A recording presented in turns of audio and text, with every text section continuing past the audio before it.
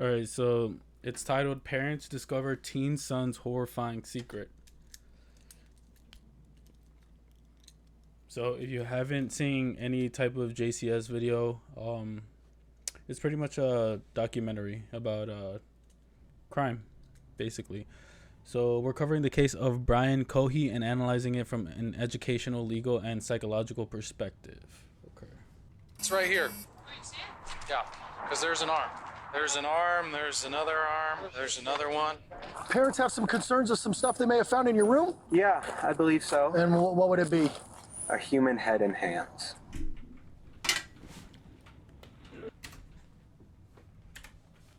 That's wild.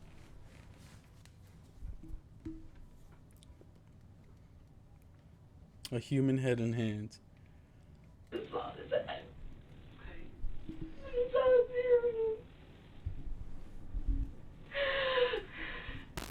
Now, one is John. What's the address emergency? Hi, there is an emergency. I found something in my son's closet wrapped in a plastic bag. Okay, what was it? I think it's a human head. It's a what? I think it's... What? He had the Michael Myers mask and everything? This is gonna be a crazy one. Oh my god. a human head. On March 1st, 2021, police at Grand Junction, Colorado received this chilling 911 call. A mother has just discovered a disturbing secret hidden within her son's closet. Even more terrifying, he's currently just outside the house while she makes this call for help. Why do you think it's that? Because it looks like it's all an ear. Is it bloody or does it like anything like that? I just need to come. Do I have to take a picture and send it to you? What's Can you the just address? come? The dispatcher tries to get as much information as possible to make sense of this shocking call and give officers an idea of what they might be walking into. Is your son there now? He just pulled up. We wanted to make sure he was here before we called. How old is he? 19. He's had a little bit of a fascination with the morbid, but he was channeling it, I thought, into becoming a crime scene investigator, but not so much. Do you think he's going to be cooperative with us? I don't know. I don't think he'll be violent. Okay. Just came back from his friend's house. Does he have any weapons in his room or do you guys have any? So he was studying all this shit just so he could have planned to kill somebody? That's insane. That's actually kind of wild. I don't know. I think that he has a shotgun, but we can certainly remove it immediately before he gets in his room. He's out by the car now, so. Is the bag still in the closet? No, it's in my kitchen sink. And there's a secondary bag that I have not opened. It's currently covered with a towel. And there's a The second father bag? is taking, yeah, there's a second bag, though I don't know what's in it. I didn't open it. I'm sorry. Did he take the second bag out of the closet? I took the second bag out of the closet and put it in the sink. Where's Brian now? I think he's still outside. And you're in the backyard now? I am, yes, because I don't want him to hear me. Despite the horrifying nature of this call, police could not have anticipated the twisted tale of violence they were about to embark on. Nor did they have any idea just how shocking the motive behind the inexplicable horror would be. One day prior to responding to this harrowing incident, the emergency services had attended to a rather unusual call at 2 a.m. on Sunday, February 28, 2021. 19-year-old Brian Cohey Jr. is having a bad night. As officers arrive at the Blue Heron boat ramp, they can scarcely believe their eyes. Bro, he looks like a straight mama's boy, man. Look at this man. This guy's a piece of shit. The majority of the following footage has never been seen before. It's been analyzed by a qualified team, including a licensed professional counselor, a licensed clinical psychologist, and a former detective, former licensed polygraph examiner, and former hostage negotiation commander and instructor. How do we call a tow for that? I don't know, because he'd have to get in the friggin' water. Yeah. I called Lxght Towing. They want me to text them a photo of the car because they think they might be able to pull it out. Okay. So you're already in contact with them? Yeah, but I only have like 10% battery left on my phone, and now he wants me to text him a photo of the car, and I'm like, oh, good Lord. I can take one and text it to him for you if you'd like. Oh, that would be fantastic. Thank you. It's not every day that police officers see a car floating in the Colorado River. To try and make sense of what they're observing, the officers speak to Brian's mother.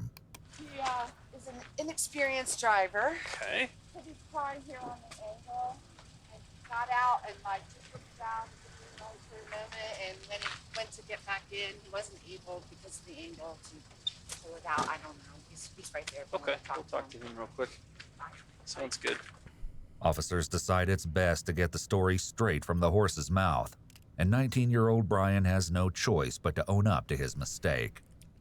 Little do these officers know, there's a sinister secret lurking in the background of this crazy story. This your son right here? Yep. Hey, partner, you want to come out and talk to me real quick? Sure, I Appreciate mean, it, man. I'm really cold. Is it okay if it's in here? Because That's fine. Because he is Okay, submerged. that's fine. I did not know that. No, please stay in the car. All right. Wait, what? He doesn't have pants on? Where's his pants? Nobody else in the car? nope. Okay. Just Why us. are I'm the you father, that's the pantless? mother, and this is our son. He just Sounds called us 20 good. minutes ago and said, Dad, I parked at the boat ramp and I messed up. He's I tried like, to get "You're out of the not car gonna and slid believe down. this." Well, you're not hurt, right? You're okay? No, just a little Okay. cold is all. Beside your pride a little bit? And probably $7,000. Okay. All right, man.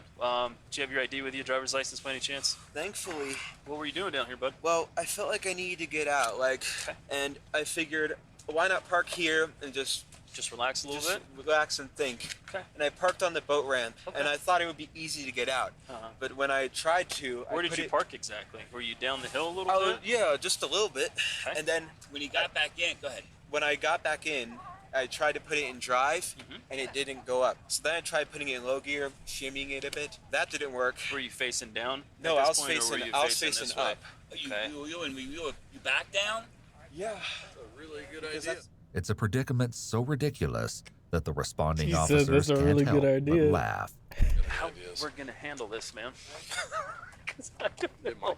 Do I get a tow going for a car in the river and see if anybody will take this? I'm gonna work on that. I don't know, man. So I'm kind of glad you were coming down here because I was like, it's not a crash. He just Dude, it's like parked it out in the water. He parked it and basically couldn't get it up. It just lost traction, looks like, and then he actually went in it down in the water. He's not hurt at all. So I'm like, how are you gonna get this car out if possible? I don't know. The officers are convinced that this is a teenager's mishap. It will Yo, hey, he got him with this. He got him with this story. Up until what? They find something in the water? be some time before they begin to suspect that there's anything more to this story than what they've been told. We're gonna get some options for you here, man. I'm not sure exactly if we're gonna see if we can go through the list if anybody's got some ideas on getting this car out of here or not. I don't know. I don't see a whole lot of cars that have put themselves in that situation. So we're gonna see what we can do. And, I'm actually the owner of the life jacket program on the boat ramp here. Mhm. I do all the life jackets All right. in Grand Junction, Colorado. So it's Cool. like, oh my God, this is not. It happens. Yeah. It happens. Faced with embarrassment over the whole ordeal, Brian's mother talks with the officers. Yeah, we made him wait till he was almost 18 before he got his driver's license because we didn't want him having any accidents like they do when they're 16 and 17 and Gotcha. doing stupid things. But stupid he doesn't have an age limit, I guess. Yeah. Not gonna lie, this is my first time too. Really? It's a new one for me. What's that? So I've never seen one of these either, so it's a new one for me. On my website, backing up when people back up their boats, I see accidents when a truck goes accidentally in the water. Mm-hmm. Next thing you know, the boat and the truck's in the water. But Lost him. Just let me know if he does. That way, if not, we can try and get hold of a tow truck and Okay. go from there. No, it's at an angle. It's heading upriver. It's facing upriver. Yeah. Yes, the front of it is facing upriver. Oh, damn it.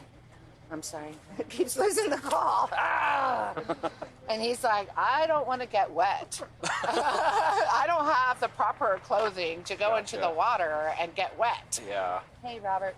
Well, you know, I was just talking to the patrolman, and they're suggesting that we just adjust this in daylight hours. That's why they make the big bucks. They're smart. Nobody wants to get in the water. I hear ya.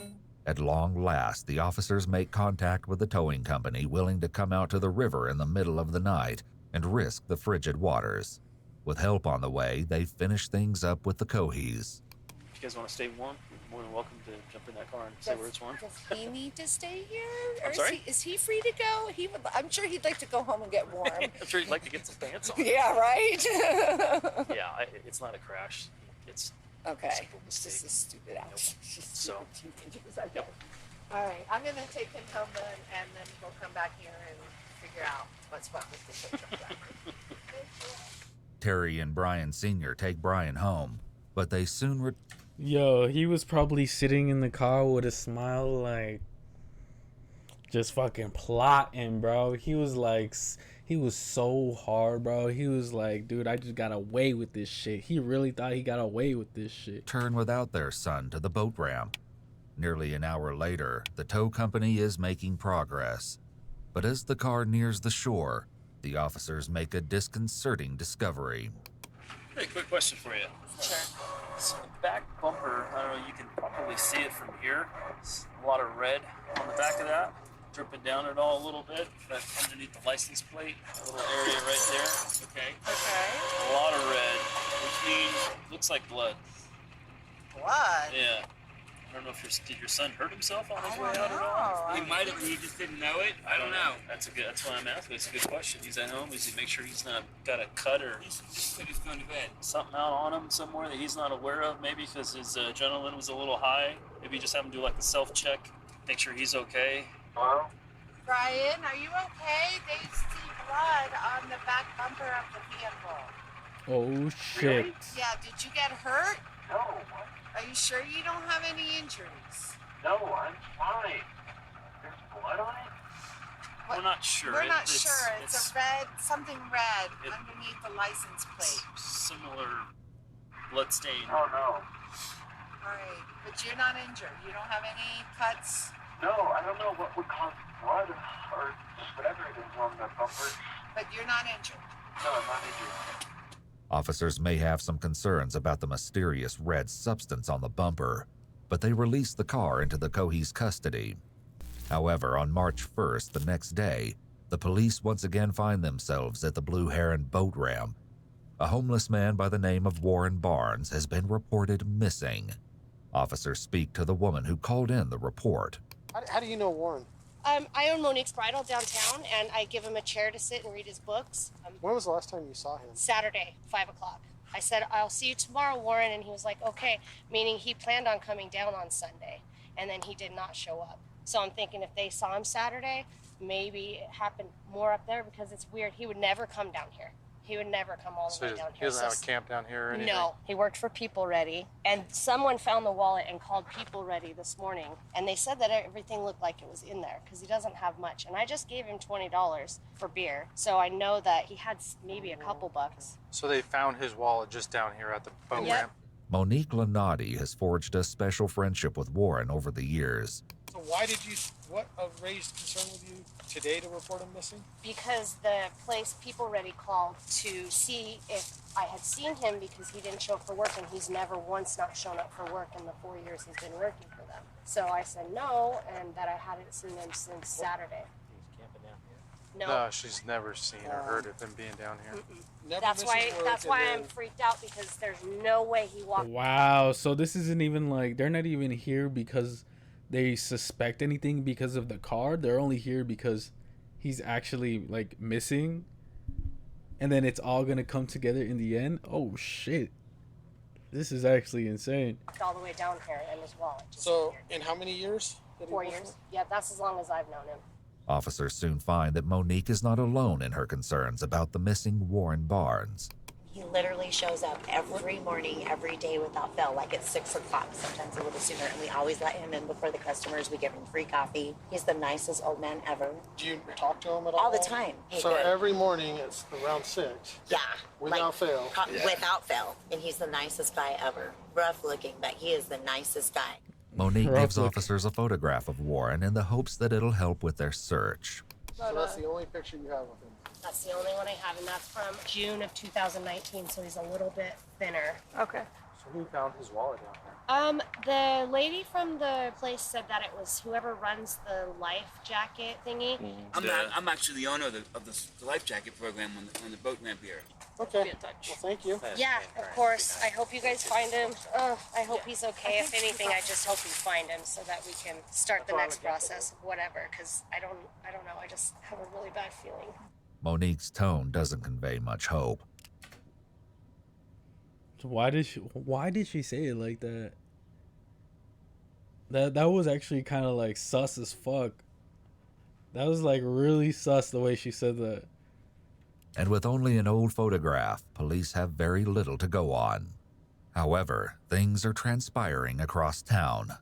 As it turns out, it was indeed Brian Cohey's father who called about the wallet. He found it in the most unlikely place, the now recovered Ford 500 that his son accidentally sank in the river. With her suspicions raised, Brian's mother goes into his bedroom to investigate. It's March 1st, 2021, the day after the car incident at the boat ramp, and Terry Cohey is about to make a horrifying discovery as she opens her son's closet. I think it's a human head. It's a what? I think it's a human head. Why do you think it's that? Because it looks like it's on ear. Bro, it's crazy. I was just playing Michael Myers on Dead by Daylight, and now I see this shit. This guy's really trying to be the real life Michael Myers. Shocked and terrified by what she's found in her son's closet, Terry Cohey nonetheless has the presence of mind to keep Brian in the dark while she gets police to her address. Deputies from the Mesa County Sheriff's Office arrive at Brian's address, wisely leaving their sirens off as they approach. This could have frightened the young suspect, and it's important to keep him calm for the initial interaction. What's going on, man? The deputy makes contact with Brian using a friendly, disarming greeting, which goes further to establish an atmosphere of calm. Of course, at the same time, the deputy is certainly scanning the area for any potential threats, as well as making sure that Brian has his hands where he can see them. How much? Cooperate. I am going to cooperate. Okay, so parents have some concerns of some stuff they may have found in your room? Yeah, I believe so. And what would it be? A human head and hands. Do you have anything on you he's gonna cut? Dude. Like, imagine you're his parent.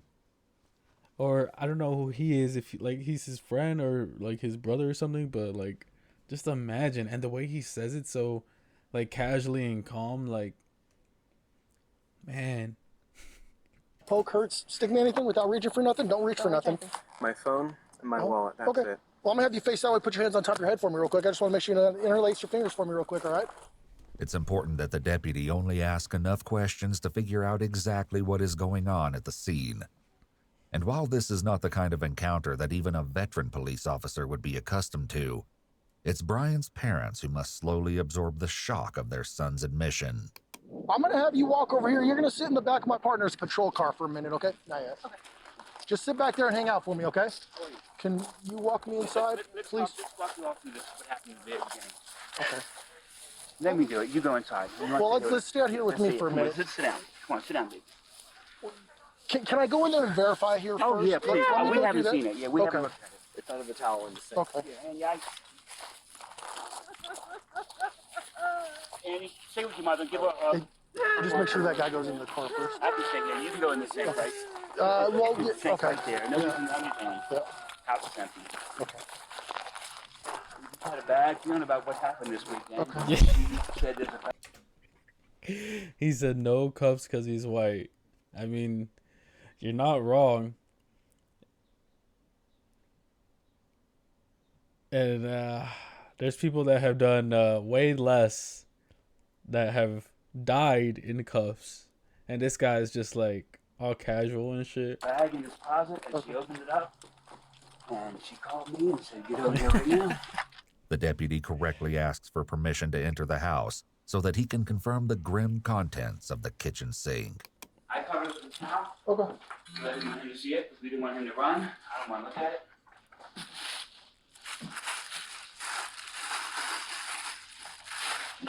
Yep. Just sit back there and hang out for me, okay? How are you? I'm good, sir. How are you? You said your name's Brian? Yeah. Alright, I'm not feeling too well. You're not feeling too well? All right. No, these past few days I've been very, very anxious. That's understandable. So what we're gonna... Oh, you've been anxious? You've been very, very, very anxious? Fuck you, buddy. No one cares about how you're feeling or anything. You're done. It's GG's at this point.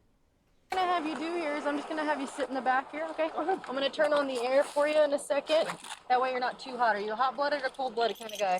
I am very cold-blooded. I prefer cold. Well, no, actually, sorry, hot-blooded. Hot-blooded. So you prefer the cold. Okay, fantastic. All right. So hop in here. I know you're tall, so it's a little bit of a tight squeeze, but like I said, I'll get that air on for you. Sorry about that. All right. This dude's so happy. The officer has no response to this observation. How you holding up, Brian? Okay. A bit thirsty? You guys have any water in your home?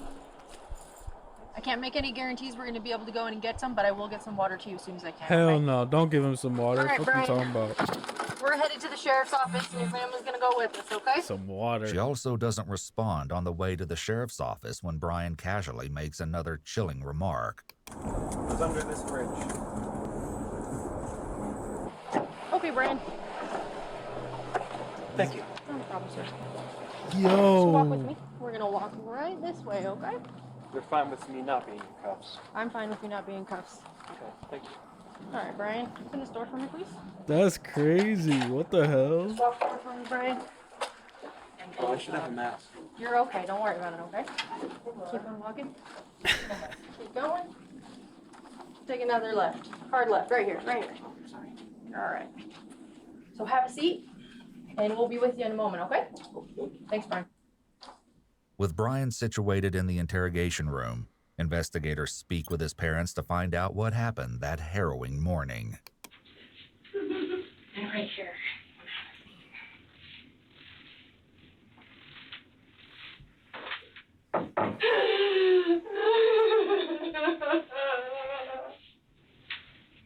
Just take your time. Take as much time as you need, okay? So I know very little about what's going on today. So, what started all of what's going on? Terry relays the incident at the boat ramp. So we have the car towed back to address, and of course with the battery being wet, nothing was operating. And so my husband was cleaning out the car because he was going to take it into Scotty's to see if they could maybe salvage it. Okay. And he found the wallet. So he called me this morning and he said, found the wallet in Brian's car. Oh, and the officers thought that there was blood on his car. Okay. The night that it was in the river. Okay. The scene, and he had just had a procedure done on his armpit a few days before, so I thought maybe the adrenaline opened that back up, and that's where it came from. I don't know. And he said, I don't know where it came from. And he took a special effects class last summer, which involved fake blood. Okay. And he's like, one of those fake blood containers first in my trunk is probably that. And I was like, okay, that makes perfect sense. However, his father, Brian Cohey Sr., found something even grislier in the car's glove box and decided to confront his son. Went back out there this morning just to continue, and I opened the glove box, and there was a knife in the glove box, underwater. The glove box is full of water. Very large knife. And then... Bro, this guy has literally all the tools that you need to be Mikey. He's just missing the jumpsuit. It's really all he needs. As I go around the passenger door, I open the passenger door, and there's a wallet in between this door and I open up. That's not Brian's wallet. It's frozen solid. That's not Brian's wallet. So I take it inside, and I end up getting one of the wads of cards out, and it's a labor ready. I read that, so I called labor ready. And then another one, there was a social security card. I was like, hey, this is a weird call, but I've got a wallet here with so-and-so's name, and I'm hoping he works for you all, or he's you subbed him out or whatever. Mm-hmm. Oh, yeah, my one. We've been missing him. Yes, he didn't show up today. I'm like, oh, my God, now we've got a missing person. Okay, well, I found his wallet at Blue Hen Boat Ramp. So here's my name. Here's all my information. If you get a hold of him, tell him I've got his wallet here at my house. Okay, so I left that like that. Called Brian. Brian, what's going on? Why is there a wallet in the car? Oh, I found it down at the book ramp when I was down there walking around. And he was so sincere. I took it all. I want to believe him. He's my son. Sure. We found out, Brian, how come, all this going on in the last 2 days, how come you didn't tell us about the wallet? Dad, I was just so excited with all the going on. My car getting towed. Look at this wet now. It won't start. I just didn't think about it. I didn't think it was important, Dad. I'm like, Brian, who is this one whatever guy? Dad, I swear to you, from the bottom, I only know one more, and he's my school friend. It's not him. I believe him. There's blood on the bumper. Right. And I'm like a smear of blood. And I'm like, that didn't come from that cut. And I asked him, Brian, you telling us the truth? I knew. I didn't want to believe it. Something was going on. Had that gut feeling. Despite the red flags, the family put the strange accident at the boat ramp behind them. But no one was prepared for the spine-chilling discovery Terry made the next morning. I was in his room, cleaning up, putting some things away, and he has a Rubbermaid container in his closet. And so I just kind of started digging through, going, what is this mess? Like moms do. Sure. And I saw a plastic bag, a white plastic trash bag. And I was like, what in the world does he have in here? And I picked it up, and it was heavy. And I held it in my hands, and I was like, what in the world is this? What in the world? Is that like maggots covering something? Just imagine. Look at what she's doing right now. Now imagine a human head right in between those hands right there. That's exactly what she experienced. That has to be traumatic. That has to be very, very traumatizing. And like, some people wouldn't even be able to stomach looking at something like that. I don't even know how I would handle a human head in my hands. I don't know. I better take it in the sink. I carried it out to the sink, and it was double bagged. So I ripped open one bag, and I saw old blood. Okay. And I went, What do you mean, why? I ripped open the second bag. I saw the bag. Okay. I saw zero.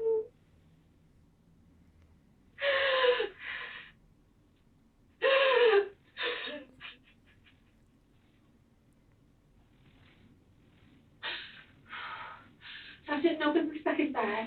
Okay. I called my husband. I said, Brian Jr. had already gone over his friend's house. He said, Mom, I want to go over to Kai's house. And I said, okay, but, don't be over there too long. He goes, yeah, I should only be over there maybe 3 or 4 hours. It's good to hang out with her. And I said, okay. This friend was Kylan Lxght, and police would speak with her shortly. So I called his father. He said, hi, did Stick and Andy up from school? Yes, I it's not at 12:30. 12:40, whatever. I just said, you need to come over here right now. And he said, okay, well, I got Andy with me. And I said, you need to come over here right now. And he said, okay, I'll be there in a few minutes. And he hung up. Kylan Lxght's mother, Heather Gale, recalled what she saw after Brian ended the call. And my only memory of that was the way he peeled out of the driveway. I actually have a picture somewhere on my phone of the marks when he left to go, because his brother called him, I guess, and said, I need my car back. We know, of course, that this was a ruse on the part of Brian's parents to get him back to the house after their horrifying discovery. Brian, my husband, was already there by that point, and he put a towel over top of his... There was not much more being said. So we hatched a plan to call Brian and tell him that his brother needed the Mustang for a driving lesson, because he's one of his learners. And just as he pulled up, I called him. And he kind of knew something was up. Dad, you ever feel like the day's going to change? He started saying things. I'm like, yeah. You ever feel like the day's going to change? He knew it was up. Oh, man. It was just being really vague. Me and Andy was sitting there, and Mom was on the phone over there talking to 911. And it just seemed like it took forever. As his parents continued to speak with the detectives, investigators Pete Berg and Lisa Norcross joined Brian in his room. Over the next 2 hours, they will hear a shocking story of blood-curdling evil. And before the interview is over, they will even learn the dreadful truth about Brian's ill-fated trip to the boat ramp. Oh, thank you. Well, this is Lisa. She will try. Hi, how are you? Okay, you? Good, thanks. Never really good. Okay. Trade me seats? Sure. Ooh, there's a special chair in. No, this is the special chair because it's softer and I'm old. Brian is as cooperative and pleasant with the investigators as he was with the deputy who escorted him to the sheriff's office, but his nervous shaking and insatiable thirst indicate he is perhaps not as calm as he's trying to appear. The question is whether he's anxious about his fate or excited about his moment in the spotlight. One thing to keep in mind is that according to his mother, Brian is diagnosed with ADHD and autism, and leg shaking can be a normal, stimulating behavior for people with these diagnoses. They read Brian his Miranda rights, and he agrees to speak with the officers. Brian, from here? Yeah. Where did you go to school? I've went to Broadway Elementary School just across from my dad's house. Then I went to Brooklyn Middle School. Right.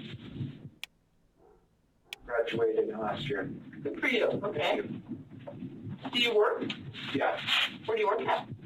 Not even part-time. I was going to say part-time, not even. As a bagger / courtesy clerk for Safeway, I work anywhere from 2 to 4 days a week. It may seem at first glance that the detectives are engaging in idle chit-chat to set Brian at ease, but this is part of rapport building, and it's also crucial for them to establish early on that Brian has been handling responsibilities such as school and work, and is perfectly capable of carrying on a normal conversation. This will make it much harder for Brian to claim before a jury that he was unable to tell right from wrong. And how did you get here? I murdered someone. Okay. It seems that Investigator Berg was merely asking how Brian physically arrived at the sheriff's office, but Brian doesn't stand on ceremony. With a tone and head tilt that suggests he's bragging, Brian makes the ultimate confession. In fact, he's all too willing to discuss this horrific crime with detectives. So start back at the beginning and go slow and tell me as many details as you can remember. So, because I mean, Murray going to jail for the 15 years probably. I have no idea. Because we're at the beginning. It's murder. I mean, I'm going to jail for 20 probably, but so I figured, why fight it? Okay. So what's important to me is to learn as much about. This piece of shit is just bragging, and he's proud. He's really proud of this. He's really proud of what he did. This is the face of a psychopath, ladies and gentlemen. You and what you did, and as I can. Well, as many details as you can give me, the better. Brian's polite exterior only adds to the surreal depravity of his confession. He's somewhat of a unique suspect. Let's see. Yeah, it was the night of February 27th. It was a full moon, and I figured I could see so well, why not drive out? I am in a bad state of mind at that time. I have major depressive disorder, so I am not thinking, shall say, positively. Okay. And I'm cruising around for an hour and a half. So I fill up on gas halfway through, and I'm eventually driving underneath the bridge near the sheriff's office. I'm bad with words. I'm just. By the way, I'm a habitual late shaker. I have a question. Mm-hmm. You send people who have committed crimes like me. Do we stay in this county jail or are we moved? It all depends on what the judge says. Brian maintains his spirit of cooperation, but he's clearly concerned about what happens after this interview is over. It's interesting to note how he compares himself to others with the phrase, people who have committed crimes like me, almost as if he has joined an exclusive club. So we were at the bridge? Yes, I was at the bridge. I was cruising. There was a road underneath, right? Out under the overpass. And I was driving along, and I see a shape here on the railway track. There's no way they're letting this man draw on the wall. Just, bruh. He's literally just trolling at this point. So I'm like, oh, interesting. So I go up, and as I'm looking, I see a large thing wrapped in a canvas. Okay. And I'm like, that's a homeless person. So I grab my knife, I put on 3 layers of gloves, because plastic gloves can betray their users because they're so thin, the vinyl gloves, by printing your fingerprints through. So I put on 2, 3 on one hand. I took the knife, I pulled back the canvas, and I stabbed his neck. Okay. He was panicking at first in his old man voice. He was in his 50s. I know why I call him old man. He was saying, "What are you doing? What are you doing? Why? Ah!" And I just kept on stabbing his neck. Is it okay if I do a demonstration? Oh, yeah. Is it okay if I do a demonstration? What? Dude, look at this guy. This guy is just proud. Then I was straddled on top of him like this. Okay. And he couldn't fight back. It was actually surprisingly easy. I was barely breaking a sweat. I thought, oh, this guy, he's going to be tough. But no, it was actually surprisingly easy. And during the time, I was growling and making animalistic noises. At this point, there can be no doubt that Brian is excited to tell the investigators all about his horrific deed. Not only is he pleased to be holding court, he's actually reliving the murder and relishing the memory, demonstrated by a smile. As for any question of this crime being premeditated, Brian admits to having put on 3 layers of gloves, which he already had with him. The whole ordeal lasted about a minute and a half. Okay. And when I was finished stabbing him, he took out his last breath, a grunt, and his head was halfway cut off in stabs. All the while, no, actually, after I killed him, I just couldn't stop saying, stinky, dirty, dirty, stinky, stinky. I wasn't smelling anything, but... In an eerie coincidence, on one of his social media accounts, Brian identifies himself as that stinky boy registered under his email ID. And why were you saying that? I don't know. Okay. But you remember doing it, so... Yeah. I suppose it was just me speaking out my mind at that moment. It was a pouring out of the mind. Were you worried about, I mean, this looks like it's pretty close to the road and stuff. Somebody seeing you or catching you? It was 11 p.m., so not many were driving by. Well, it was behind the pillar. So, like, here's the road. It was here. So people would only see a brief thing here and here. So were you worried about them seeing you? I was worried about one of them stopping. What did you think could happen if somebody... Well, if they looked, well, it was quite dark under there, so they wouldn't have seen the guy unless they looked. They would have seen me holding a bloody 12-inch knife, wearing gloves, and wearing a mask to conceal my identity, a face mask. Okay. So you weren't doing it for COVID, you were doing it to hide your face? Partially. Social distancing. Yeah, but no one stopped, and I'm just like, proves the bystander effect. His laughter and offhand comments speak to his mindset, which is that nothing is wrong.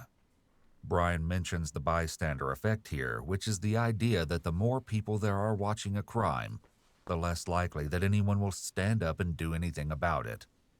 There are a few different reasons behind this, but we know that it often occurs because people may be afraid that they'll be judged by the rest of the crowd if they step in first to do something. Ultimately, people are social creatures, and the vast majority of people chose to do whatever the rest of the crowd does. It's a rare person that steps forward alone.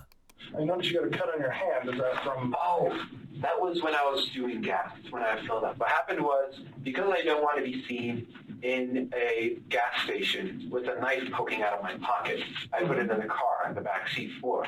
When I'm done with it, I try and grab it, but my hand slips and grabs the blade, and as I pick it up, it slices these 2 fingers. Okay.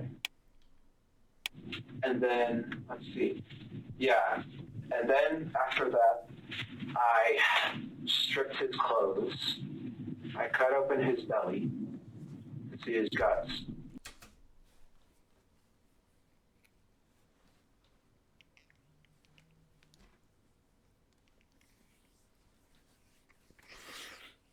What? Hold on. What? Yeah.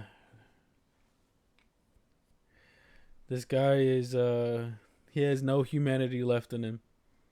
It really can. Sorry, that was morbid. One of the exceptional aspects of Brian's confession is the level of detail he provides. Together with his casual commentary and jokes, these details convey to investigators that Brian is being fully truthful about what he did. It's also worth noting that morbid humor has long been one of Brian's trademarks. What about other kids in the neighborhood or on the bus? He didn't really, he had a couple of friends that he's had since elementary, but he had a morbid sense of humor and would make jokes, and I'd say, Brian, that is not funny. He'd go, yeah, it is, Mom. You just don't get my sense of humor. In an interview with prosecutors, Lxght, who's known Brian since the 9th grade and whose house Brian was visiting just before his arrest, says that being provocative is a hallmark of his personality. When I first met him, he was very edgy, is the best way I can describe it. He loved to get a reaction out of people and say things that would make people have a double take. He wanted to go against the flow. His jokes were always in the realm of dark humor. Very rarely did he make jokes that weren't somehow relating to death or violence or destruction or breaking the law or just basically just humor that is considered dark humor. And I know a couple of people personally who just hated him because that's kind of how he is. You either think it's hilarious or you hate it. And that's the people who think it was hilarious was a small percentage of people that unfortunately and embarrassingly included myself. And my very best friend of high school, Emily, was someone who hated him. And, she's a bigger girl, and he would call her fat and call her pig and call anybody who looked like that things along the same line. Like, just spiteful, I guess. Just trying to, like I said, get a rise out of people. Kylan. So you were basically friends with the bully, and you didn't do anything about it? I'm not even gonna. Lxght is not the only one who noticed Brian's love of sick humor. While in a youth diversion program 2 years earlier, Brian asked the other teens if they enjoyed a snack known as crispy meat bites. He joked that the recipe involved running your cat or dog through a meat grinder and then frying them up. Despite Brian's predilection for dark humor, Kylan's mom tells investigators that she never worried about her daughter being friends with him. He didn't seem scary to me at the time. He just seemed unusual, in the way that my nephew and other people I know that are on the spectrum are just a little unusual. Like, not a lot of eye contact, things like that. But those are the ones you have to look out for. The weird ones, the ones that have no type of people skills, like literally. They thought he was a loser and thought he wasn't capable of some crazy shit like this, but these are the ones that you have to watch out for. he never struck me as scary. Like I said, I actually let my daughter and her friends, not that I was in charge of her friends, but I let her sleep over at his house, like a month, 2 months, whenever New Year's. And his mom, as far as I know, she ran a daycare, so I thought, good with kids, whatever, Okay. Not only does Brian's mom run a daycare, she runs it out of her home. Upon discovering the severed head in her son's closet that afternoon, she had to scramble to get parents to pick up their children before calling police. And I sent home all the children. I had a few little kids over, but I was watching. So I called their parents, and they said, it's been a family emergency. Please come pick up your children right away. They're safe. They're not hurt. Parents came. I hope everything's okay. And they took their kids home. Back in the interrogation room, Brian goes into further nauseating detail about the post-mortem mutilation of Warren Barnes. Destroyed his eyes by stabbing them. Okay. And then I cut off his hands. I put those in plastic Ziploc bags. And then I cut off his right arm at this joint and at this joint. And then at this arm, I tried cutting it here, and then I tried cutting it here, but what happened was I accidentally broke his bone. This one, it was poking out, and so I left that one here partially cut, dismembered here, bone sticking out. And then I left his body there. And then I took the head, put it in a leftover pizza box from the dinner a few nights ago. And then I took the hands, put them in the back, drove home, hid the hands and head in my room, cleaned the knife, threw away the garbage with the blood on it, and then put the blood stained, wasn't stained, it had splatters on it. I put it in the dish, in the washing machine. What did you put in there? I put the outfit I murdered him in the washing. Wearing, or? Yeah, I was wearing. Okay. In a washing machine, put it on high speed so it would effectively remove the blood. Washed it twice. You'll notice again that not only is Brian's level of detail remarkable and disturbing, he talks about the steps he took to avoid getting caught. These will undoubtedly be important elements to any eventual prosecution as it goes to establishing his state of mind. I can back up just so I don't lose track of where my mind is. So you cut him open, did you cut his arms off, his hands off, all that before you went home? Yeah, before I went home, I tossed the arm bits around. Like, I took the right arm bit, threw it out, took the left arm bit, Wow. Threw it out somewhere around that bridge. So there's just parts of him scattered across wherever he was driving, across the road.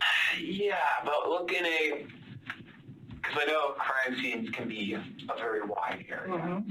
You're going to want to look in a 10-foot area.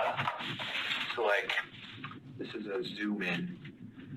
So, here's the road. And here's where my car was parked. His corpse is here. The interview continues to get more and more bizarre.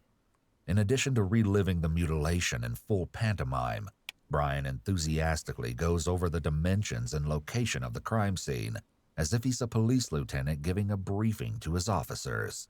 I hope I'm being cooperative. Oh, you're doing great. So you could have just walked over here. I could have. There's no use trying to deceive. So that's north, and you threw.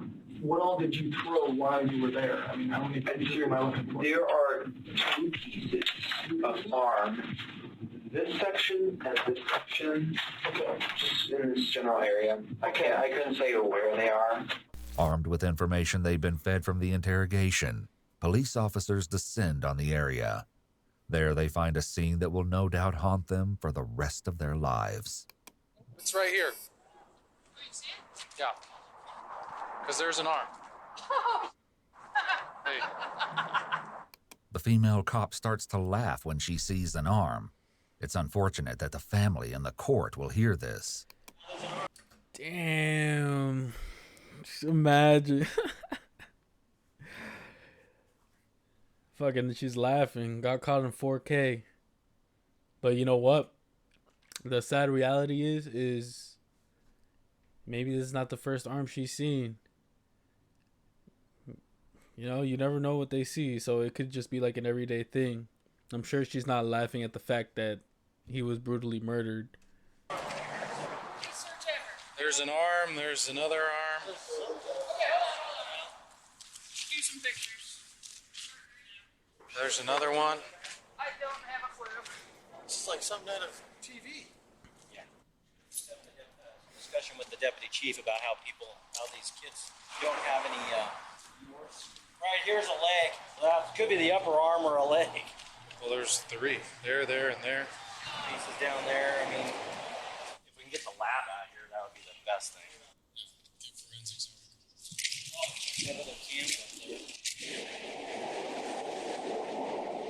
Holy hell. As police officers less than half a mile away take measure of the bleak crime scene under the bridge, Detective Norcross probes more deeply into the whereabouts of the rest of Warren Barnes' remains. You took, was it the head and the hands? Mm-hmm. And what did you put that in? Well, there's a 3 rule for bodies. I like to call it the 3 rule. Okay, tell me about that. 3 days, the body starts to stink. No, 3 hours, rigor mortis sets in, the body stiffens. 3 days, the body starts to stink because of decomposition. Mm-hmm. 3 weeks, the body is starting to seriously decompose. Right. 3 months, the body is unrecognizable. 3 years, it turns into a skeleton. And may I ask how you know that? I've always had a fascination with forensics and with anatomy and physiology. That's something I made up. So that's something I don't want to sound like I'm inventing something. But that's why I coined the three wall. You kind of remember it that way. Yeah. That's your way of remembering Is it accurate? Well, somewhat. So, This segment is fascinating for a number of reasons, not the least of which is the remarkable display of skill on the part of Detective Norcross, who makes Brian feel as though she's mesmerized by his account of the 3 rule. She gives him a moment of validation at the end, and Brian's satisfaction is obvious. His ego is stroked and he feels that he's earned the approval of the detectives. yeah, so what did you have the head and the hands at your house? The head I put, because it was starting to stink, I was planning on throwing the head and hands away. Not in the trash bag, not in the kitchen trash, but they were both in trash bags. The head was in a trash bag, I tied up the trash bag. Hands, I put in a trash bag as well. They were in Ziploc bags. And I was planning, do they sell empty paint buckets? I was planning to buy an empty paint bucket.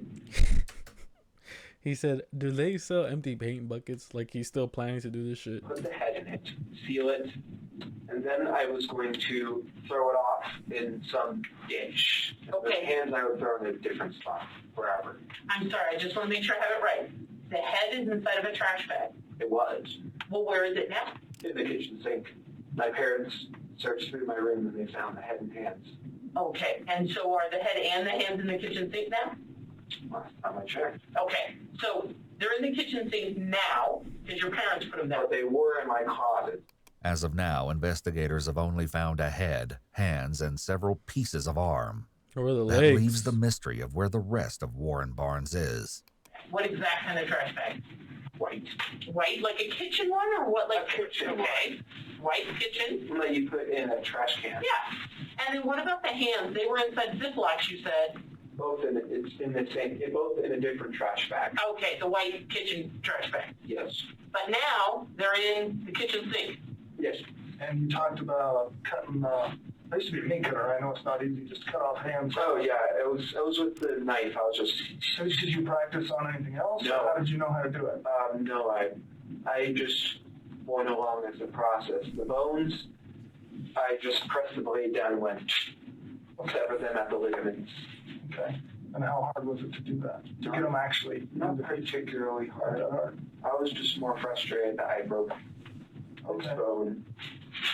So if you hadn't got frustrated, what was your... I mean, it sounds like what you did, we know. Bro, he's leaning in too close too much. I'm telling him to back up. If I'm him, I'm saying, buddy, back up. Why is he not in cuffs, bro? This guy's too comfortable right now. This man is too comfortable. Or did you have a different plan? Why did The original, because I always wanted to know what it felt like to cut up someone. Okay. So, you know, just... So why did you stop? Where did you stop? Because the arms were... That's it. And that's all I wanted to know was like cutting off a limb. And I'm just like, okay. Again, the mind reels when confronted with the nonchalant attitude Brian has toward discussing the murder and dismemberment of a human being. And you said you studied criminology and forensics and all that? Not college study or school study. It's like a passing interest. I understand. But what were you worried about, like leaving evidence behind or caught? Totally.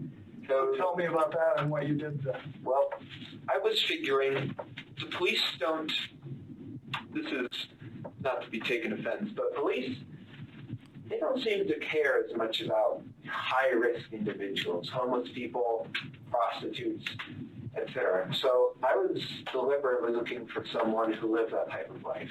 Okay. And I found a homeless person, and the original goal was just leave him there. But I was worried about the fibers on the outfit I was wearing that would be on his clothes and stuff. So I deliberately messed up the clothes. This is an outstanding amount of premeditation for a youth offender. It's a shocking amount for anyone, but particularly because of his age, His executive functioning is years from being developed, and yet he's thought so much of this through. It's chilling to think what he may have been capable of had he not been caught. Brian remains engaged, casual, and even jovial as he describes his mindset on the night of the murder. His detailed concerns about getting caught will make it very difficult for his lawyers to mount an effective insanity defense. According to Kylan Like's mother, Heather Gale, this isn't the first time that Brian talked about choosing a victim on the outskirts of society. Anything else things you've heard from Kylan come to mind? She told me that he had mentioned that he was going to kill a homeless person because nobody would miss them and he could get away with it. Yet once in an interview, Kylan tells a different story. He never talked to me about wanting to kill a homeless person specifically, but he definitely talked to me a lot about, killing. And I was actually surprised because I figured that if he was going to do something like this, that it would be on a larger scale. I thought he would, I don't want to sound vulgar, but I figured if he was going to snap, it would be like shooting up a store or something similar like that. And he had mentioned, not liking his neighbors, so I thought maybe something would happen there. So I was surprised that he had killed someone, but I was also surprised that it had only been one person. So how long have you been planning or looking for someone to do this with before you found this guy? About a year. About a year? No, 6 months. Brian's internet search history adds an interesting element to this as he looked up homicidal thoughts every day and how to cope with murderous thoughts. So you come close or seen somebody or chickened out or anything in the past? No. So dude knew that he had these kind of problems already. He knew that it was a problem. He didn't do anything about it though, which is crazy. He was aware of it, but he didn't try to really get help. He was just looking on the internet. Man. I mean, I was looking for a deliberately secluded place like that one. I wouldn't just go up in Clifton and find someone walking down the street and stab them. No, that's too public. Everyone sees that. Well, have you looked at the homeless places or anything in the past? I have, yes. I will go on night drives often, maybe once every 2 weeks. Now just peruse the streets. So before this guy, how close have you come in the past? Not at all. Not at all? You just drive around? Yeah, look, just try and find Is anybody interesting? No. In your mind thought of a plan? Well, occasionally when you see girls walking down the street, I take a glance at them because it really is like Ed Kemper where half of me says, well, I'm quite inept with women. I'm being honest, I'm no Casanova. But half of me says, I want to take that girl home and make her feel nice. And the other half of me, it's just like what Ed said, is I want to see what her head looks like on a stick. Brian. This man's sick. This man is a sick individual, man. And there is tons of people out here like this. Brian is describing a mindset that's detestable, yet he delivers it with a smile and a laugh. His obvious excitement in describing both his mindset and the murder raises questions about his psychological history. They were really lucky they caught him because he could have done way worse. And at least, they minimized what he could have done. Because this guy is crazy. As well, another internet search Brian made reveals that he may have considered other sickening plans as well, as he searched for how do people react to a home invasion. However grisly Brian's sense of humor might seem, it's again worth noting that it's a trait his friends are familiar with. One of Brian's friends, Patrick Rahor, spoke with police. Our whole friend group was really weird. We were all of those. We're just a group of people didn't really fit anywhere else and ended up finding each other at different points throughout school. We were just all kind of weird together, and so the off-filler stuff and anything that seemed weird, I just kind of took for Brian being Brian and just kind of tried to accept it. However, even his friend must admit that Brian was different. Our friend group would joke about if there was one of us that would be a killer, it would be him, but it was meant as a joke and only as a joke. I don't think any of us actually thought that something like that would or could happen. If his friends thought this, Was there a chance that his parents did too? Tell me about Brian. Does he have any kind of mental issues or disabilities? That's why we were told he had ADHD. Okay, so we put him on ADHD medicine. I think they took that during the summer or weekends only when he was in middle school. He started exhibiting antisocial behavior, just saying things to get kids riled up and thinking it was funny. And then when we switched to Fruita High School, he did okay in 9th grade. 10th grade, he got in a lot of trouble, a lot of behavior issues. 11th grade, we had a big meeting and they said, kids don't feel safe. So we put him in R5. We took him and did some testing for ADHD and whatnot through Division of Rehab. And the doctor had said, yes, he's ADHD. Yes, he's autistic. Yes, he's this. Oh, and there's some indications that he should get further testing because of potential psychosis. And I asked about referrals and called, and nobody in town would see him. Okay, well, he seems to be doing good. You know, he graduated high school. He works at Safeway, and he's been working there for a year in August. And he's there part-time. And you said he's not taking his medication, or is he on medications now? He's on ADHD medicine. Okay. That he takes before work on his part-time job. And he takes sertraline, which is an anti-anxiety, antidepressant. Okay. So he's been diagnosed. And to the best of your knowledge, is he actually taking them? Like, do you watch him take I them? don't or? watch him take them, but I have the alarm set, and every night at 10 p.m. I say, Brian, take your medicine. And he says, I know, I am. And When it's stuff like this, the parents definitely do need to take accountability and make sure that they're taking the meds, because stuff like this happens, man. And as I've looked at his pill container, I mean, it's going, you know, seems to be going down. Okay. So I assumed he was taking it. About, I'm thinking 3 years ago? I'm guessing, I don't know.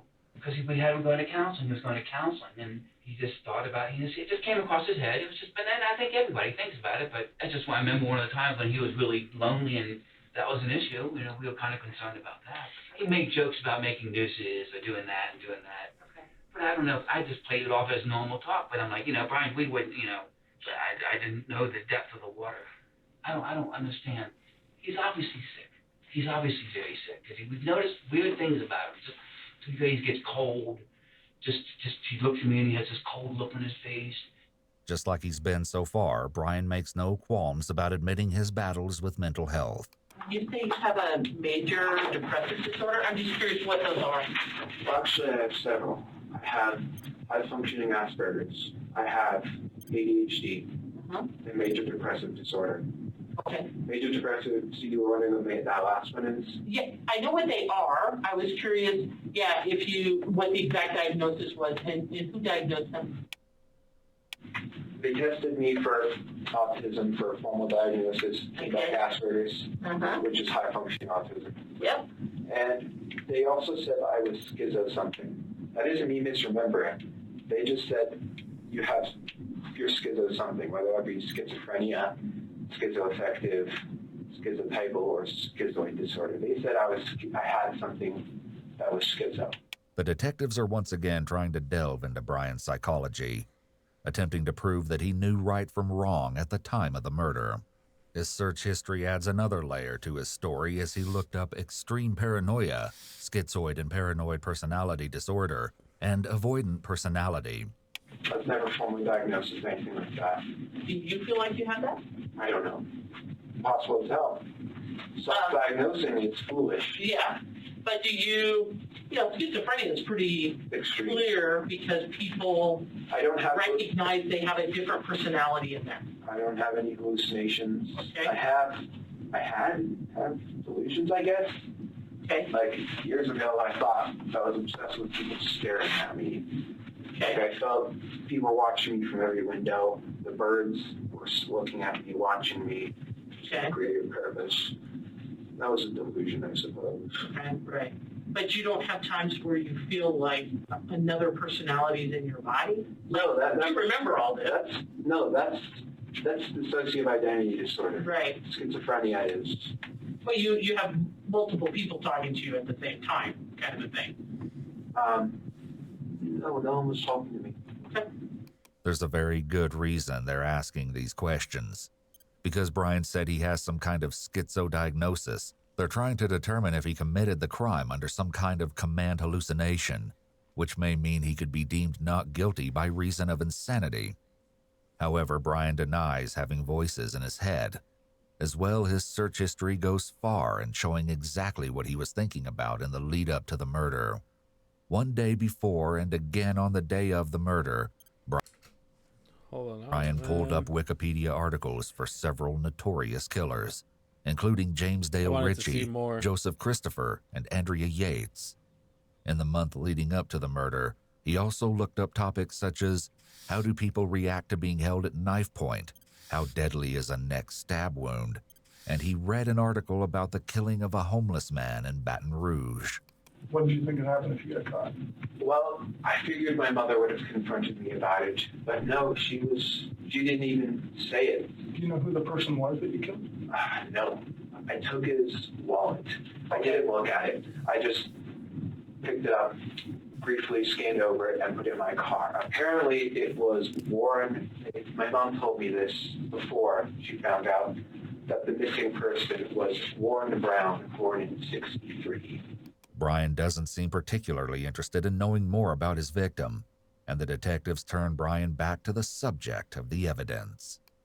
So we talked about the stuff there we're going to go look for. Your mom's house in the sink, apparently. Yeah. The knife is where? My dad found it in the glove box. I don't know where it is. What did the knife look like that you found in the... You know when you buy like a 10-piece knife set, the biggest one in there? Okay. I think when we moved Terry into the daycare, we probably bought all new kitchens, and I think he just took it out of the kitchen. Because we found it in his car before. Brian, you don't need this. Dad, I do. I don't trust anybody. Okay. You don't find any blood or anything on it. I cleaned it. All his belongings, except for his wallet, are right here. And his head in his hands. His head and his hands are at the house. Any reason you were wearing a dark sleeve? Yeah, maybe you shouldn't let a kid with schizophrenia and ADHD hold on to a 12-inch kitchen knife.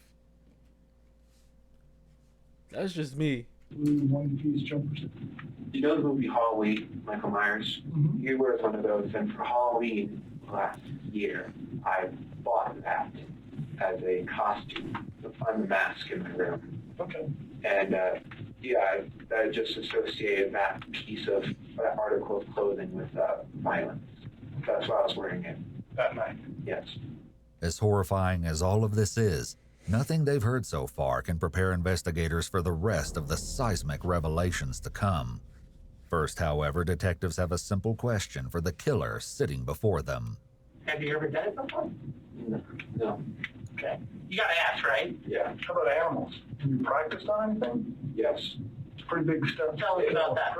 This was 2018 Halloween. A stray black cat had been coming around our house. This was before I moved into my mom's. This was at my dad's. And I was thinking about killing it. The video is redacted in this part, but the transcript from the sheriff's office says that Brian told detectives that he herded the cat into a sleeping bag and beat it, strangled it, and snapped its neck. He then decapitated the cat, hid the body in a shoebox, and hid the head in a wine cork box. It seems clear that Brian has a sick interest in decapitation. There are chilling... This is exactly just like that Michael Myers movie, the Halloween movie, the Rob Zombie one.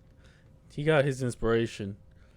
I'm not saying like this is what movies turn people into, but like this guy, he clearly is like obsessed. Parallels between what he did to the cat and to Warren, including decapitation and keeping the heads in boxes. Both times he preyed on those he knew were vulnerable and that he believed no one would notice. And then I disposed it in the trash and got away with it. Okay. That cat. Did you keep him for a while like you did this guy, or? I kept it for 3 days. Then it started to stink. Is that where you got the 3 days and it stinks? Also because bacteria starts to coat the body after a day to 3 days, so. The story that Brian might have killed a cat is actually a widespread rumor in Grand Junction. Did you ever hear about Brian, either from him or anybody else, about him killing a cat? Yes, I remember hearing about it, but it also just sounded like made-up rumor, so I didn't really think anything about it. Did you ever talk to him directly about it? Like ask him if it was true? Might have. I don't really remember. Do you ever remember him saying, yes, I did that, or no, I didn't, anything like that? Okay, but you'd heard rumors that possibly it happened, but never really got to the bottom of it? Mm-hmm. Patrick is not the only one to hear rumors of this type and ignore them, saying it was some kind of a sick joke. I know that there was another girl in that class who told me that she lived near him in that neighborhood and that they were always missing cats, and she felt like he was stealing cats in the neighborhood. And honestly, I don't remember if I found that out through him or through friends, but yeah, I definitely know about the cat. Did you believe that, or did you think it was just Brian saying something outrageous? Honestly, I don't know. I think I believed it, but that I didn't want to because I am a big animal lover, and that's just... Why does, like, every time it's this girl talking, it's like, she's like, she's hearing all of this stuff, but she's not really trying to get to the bottom of anything. Even though she has, like, she's skeptical about it too. She's like half and half apparently, but it's just kind of weird. I didn't want to see my friend in that kind of light. I remember my friends just talking about how messed up it was, and my friend Sean said that he knew the person whose cat it was, and he was super upset because the cat was like super friendly or whatever. But I don't think I ever heard it around Brian himself. In a redacted portion of the interrogation video, Brian admits to finding a dead groundhog Could be by the side denial of the for road, sure. which he skinned and attempted to make leather out of approximately a year before the murder. It sounds like you killed a cat. Well, actually, I was thinking of killing people during the cat, but I wasn't acting on it. But I started seriously thinking about killing people a year ago. How about when you were 12? Did you think about killing? No. So what in your life has changed, or what in your mind has changed to make you? I don't know. Was it like something all of a sudden one day you woke up and thought I'll kill someone, or was it a gradual? It was gradual, I think. So tell me about when those thoughts first started happening. Well, in high school. The interrogation is again redacted here, but Brian says, quote, "Called me weird, but I think everyone has had thoughts of shooting up their school. I suppose." What? No, yes, you're weird. What are you talking about? He said, call me weird, but I think everyone has had thoughts of shooting up their school. I suppose I just don't really like people. I just don't really like people. But he wanted to read really bizarre things and things that we didn't have in the library. I remember he actually checked out a book about Son of Sam, and then the next quarter he wanted to read about the Columbine shootings. He was very obsessed with just that kind of darker stuff. You mentioned a writing assignment. I can't remember anything specific just because it's been so long, but it does seem like there was at some point something he wrote, an idea about Columbine or something like that. And I can't remember really the specifics. Okay. It's more of a sense that he had an unhealthy fascination with school shootings. Back in the interrogation, Brian tells the detectives that this isn't the first time his family has found something unsettling in his room. Last year, my parents found a kit I had been assembling. It had hammers, shovels, knives, large zip ties, duct tape, saw. That was meant for hurting people. They found it though, and I had convinced them it was for other methods, for other things. And it was an ultimatum where if I didn't throw it away, all that, they would call the police. And then I would have been arrested on charges of conspiracy. That was last year, before Halloween. So what made you put that kit together? That was for nights like that. So back then you were thinking about doing that? Yes. So that was $100 to right. In an interview, Brian's high school teacher recalls that his parents didn't seem overly interested in his disturbing behavior. We weren't obviously the only class that was having issues with him, and I remember said that they had met with mom, and she kind of, I think they said, like, didn't really understand, like, what kind of, like, what's the big deal sort of thing. Like, she wasn't really like, yeah, this is serious, or we need to get ahead of it. It sounded like they didn't get anywhere with her from what I remember. Indeed, a friend of Brian's mom notes that Terry felt that school authorities were unfairly singling out her son. Terry had like a binder, I remember, of information that she had conflicts with District 51. Okay. I know growing up as a kid, he was really teased in school, that they would call him like four eyes, geek, loser, dork, all of that stuff. But the detectives in the interrogation room are more interested about his murderous intentions in the preceding months. I'm really curious, when you talked about the hammer and the shovels and the knives and like the zip ties, I mean, what was kind of your plan then? That's a little bit different than you did this time. Oh, yeah. So what was the plan back then? The plan was to go find, because there's no prostitutes in Grand Junction, I don't think. Have you ever had any sex crimes? Yeah. There's not prostitutes like 5 of them standing along the side of the road, but there's prostitutes at Grand Junction. Yeah, the plan was to go with one of them and have them come with me. And then the plan was to subdue them and tie them up and then torture her. So that was his original plan? This guy's sick, man. what made you not go back to the same plan and get, if you kind of had that as a plan? Would I have been caught? Well, I don't know. My point is, if your folks, your mom found your stuff, right? Yes. And got rid of it. Why didn't you go back to that plan? Why change plans? Too much risky. First time in a row, they'll be like, okay, that's really suspicious, but okay, we forgive you, don't do it again. Okay. Second time in a row, we're calling the police on you. I didn't want to do that again. Okay, fair enough. Risk. And so they didn't call the police? No, because they gave me an ultimatum, have them throw it all away or call the police. So I threw it all away. Detective Norcross does an excellent job showing great interest in Brian's kits and his previous plans, all of which encourages the suspect to keep talking and helps build a strong case against him. At this point, the video is redacted, but according to the transcript, the detectives ask Brian if he ever expressed any of his dark thoughts to his parents. He tells them yes, but only disguised as jokes. For instance, he once said, quote, "Wouldn't it be funny if you sold a lipstick with mercury on it to those beauty pageant queens, and they got poisoned because of their pride?" Brian was making these kinds of comments while in high school, as his teacher shares. And then he would just say some bizarre things, like to get a rise out of class, kind of to try and get attention on him, like just say a racial slur or, just kind of be loud and obnoxious to try and get attention. Were those outbursts like pretty random, just in the middle of class? Or well, like one was watching a video, I think it's about like Genghis Khan or something. He said something like, an Asian racial slur. I think it was, oh, he got that or something like that. Okay. Of course, the matter before investigators today isn't Brian's inappropriate humor, but his actions on the night of the murder, and the revelations from that night are far from over. Brian finally reveals the twisted true story behind his mishap with his car and the river 2 nights ago. What were you doing down here, bud? Well, I felt like I needed to get out, and I figured, why not park here and just relax a little bit? Relax and think. As it turns out, Brian's road trip to the Blue Heron boat ramp had absolutely nothing to do with relaxation. He explains to the detectives that after he murdered Warren Barnes, he returned home to try and sleep. But I was worried that because there was a hole in my gloves right here, I was worried that they would be able to obtain a partial print. So I figured, why not go all the way? I drove back in a different outfit, picked up his body, surprisingly heavy, put it in my trunk, and drove to the Blue Heron drop-off station. I parked, so it's like this, right? So let's say this is ground. The ramp is quite steep, and you need to have four-wheel drive to pull out of it. Okay. And my car didn't. So I pulled in.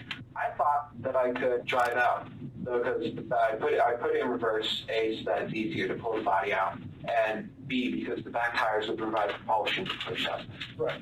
And I open the trunk, I take his body out, I put it in the water, and because I don't want fingerprints on a body, so I just try moving it with my shoes.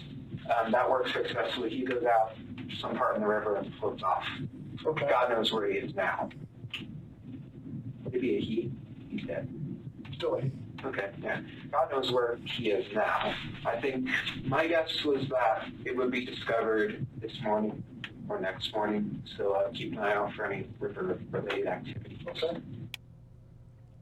To inevitably drive out. Yeah. My car didn't come out. From Blue Heron. Yeah, from Blue Heron. Yeah. My car was stuck. I tried putting it full throttle. Yeah. That doesn't work. My car doesn't have four-wheel drive. Stupid me. Okay. And so then I tried putting it in low gear. I'm trying everything with this. Right. And it still doesn't come out. And then it slides into the river. Oh. My car slides into the river, me inside. And so I'm there in a car quickly being flooded with water. Okay. It is the middle of February. It's cold. At night. Yeah. In the river that's almost freezing. Yes. I'm drenched. I almost died. So I'm able to climb out.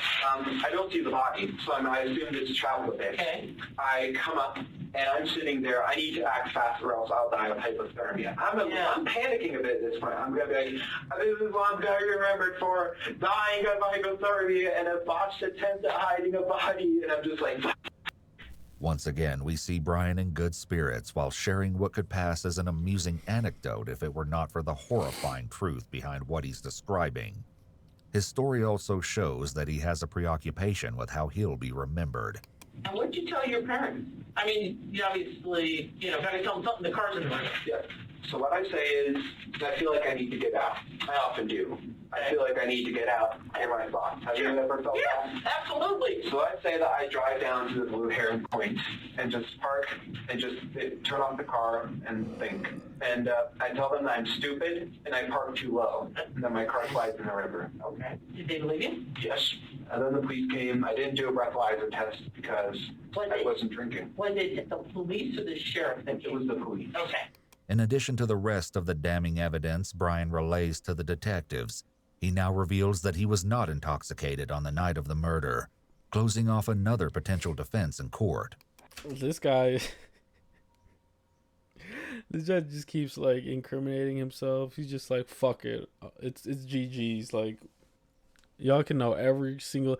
He's proud of what he's done. That's why he's just sharing every single detail. However, what immediately caught the police's attention is blood from the body was on the reverse bumper. I forgot to wipe it off. And I was so panicked that I wasn't thinking. And so when they pull it out, they immediately see blood on the bumper. And they're all thinking, we really like to get in this trunk. Fools. There is nothing in the trunk. Okay. And that happened this morning? No, they noticed it after I'd been sent home at 3 a.m. Okay. They noticed the blood. But yeah, this morning they noticed more blood on the door handle, the other door handle, passenger one, and also the multi-layered gloves in the car. I took them out, and obviously my car went in there before I was able to throw them away. Sure. So did the cops talk to you guys about that this morning? Mm-hmm. Did the cops from the police department, did they talk to you about that this morning? No, I was not contacted. Oh. Brian's car was pulled out of the river in the early morning hours of February 28th, and this interrogation takes place the next day. All they were planning to do with me today is get my insurance information. Sure. And they were still curious about the blood. Did they ask you about that? No, because they did not notice it while I was still there. So when you say they were curious about the blood, how do you know that they were curious? Because my parents told me. Oh. They saw the blood too, and they were curious, but I said, I don't know where the blood came from. And they thought maybe it was this cut, but obviously a cut doesn't produce that much blood. And they said maybe it was the recovering abscess under my arm, but that's scabbed up. So they didn't know what to believe this day because it's blood, it's sticky, it's sinewy, but I can't name a source. So they were just a tiny bit curious. Not tiny bit, they were curious. This is another spot of his oddly placed laughter, showing that he really enjoys talking about the sick details. However, his position of superiority didn't last long. Police do indeed find more blood in and on the car, confirming Brian's tale. And I was worried about just how long it would take to find him, because it's a somewhat traveled road. Police have a nose for that type of thing. They're trained to be able to identify the smell of a corpse. And obviously that was botched. The true story of what happened at the boat ramp will come as news to his friend Kylan Lxght, with whom Brian shared a very different account. First, though, on the very same night that he dumped Warren's body into the river, Brian messaged a group on Discord, which Kylan was part of. He wrote, "So, I totaled my car. It's in the river." One of his friends replied, "What? You okay?" Brian wrote back, "Yeah, I okay. My car aren't though." So I said, hey, are you okay? I don't have Discord RN, but I heard the news. And he said, yeah, I'm fine. Almost died, LOL. Sorry for the late response. My phone was off. I said, it's okay. What happened? He said, I was out driving, needed to clear my thoughts. So I park at the boat ramp, drop off at the river, but my dump parks on the dirt and mud ramp. So when I try and leave, it gets stuck. I don't have my phone on me because it's dead. I try shimmying it, low gearing it, nothing works. Then it slides into the river, me inside. I'm able to get out, drenched in cold water, 1 a.m. I responded, oh my God. He said, it's freezing out in February at night. I know I'll die of hypothermia if I don't act fast, so I make my way onto the road and wait for a car that takes 5 minutes. I flag him down, and the Samaritans help me by letting me use their phone to call my parents and to heat up in their car. I said, Jesus Christ, dude. He said, they arrived, the police are called, and we collectively decide to wait until tomorrow to tow it out. So in summary, I nearly died and am out of a car. It was towed out this morning, but I'm fine. Sorry for the wall of text. That was my Saturday night. The Samaritans Brian mentioned are Durwood Pfeiffer and his grandson Kellen, who stopped to help him that night. In an interview, Kellen describes Brian's behavior at the boat ramp. During the encounter, before his family got there, he kept kind of pacing around and saying, I'm effed, expletive, and try to calm down a little bit because I thought he was kind of concerned about his family finding out he crashed his car in the river or something. And I was like, hey, it's going to be okay, And it seemed to calm down a little bit, but I just remember it was a little off-putting how he just kept on pacing and saying, I'm effed, I'm effed, I'm effed. This over and over and over again, so. With his attempts to dispose of the body and cover his tracks, Brian is showing clearly that he knows right from wrong. His mindset is further demonstrated by his search history on the day after the murder, when he looked up how to wipe data from Android phone. Does a river... This guy had premeditated every single angle of this, man. river wash away evidence? How to dispose of organic refuse? His history also contains numerous searches for information on serial killers, a subject Brian has great interest in. I read books. I have a book on forensics. Okay. Did you read the book, the Ted Bundy book? No, it was on the internet. Yeah, okay. All right. And Pete has studied him too. Yeah, so. Crazy. Do you know who Ed Gein? No, Ed in California. Big Ed. Ed Kemper. Yeah. Studied him? I know of him. He was a Goliath. He was 6'9", 300 pounds. So can I ask you a question? Almost all those people did this for some sort of, whether they had sex with the body or it was some sexual gratification in their mind? Criminology, there's different types of... I'm not a serial killer by no means.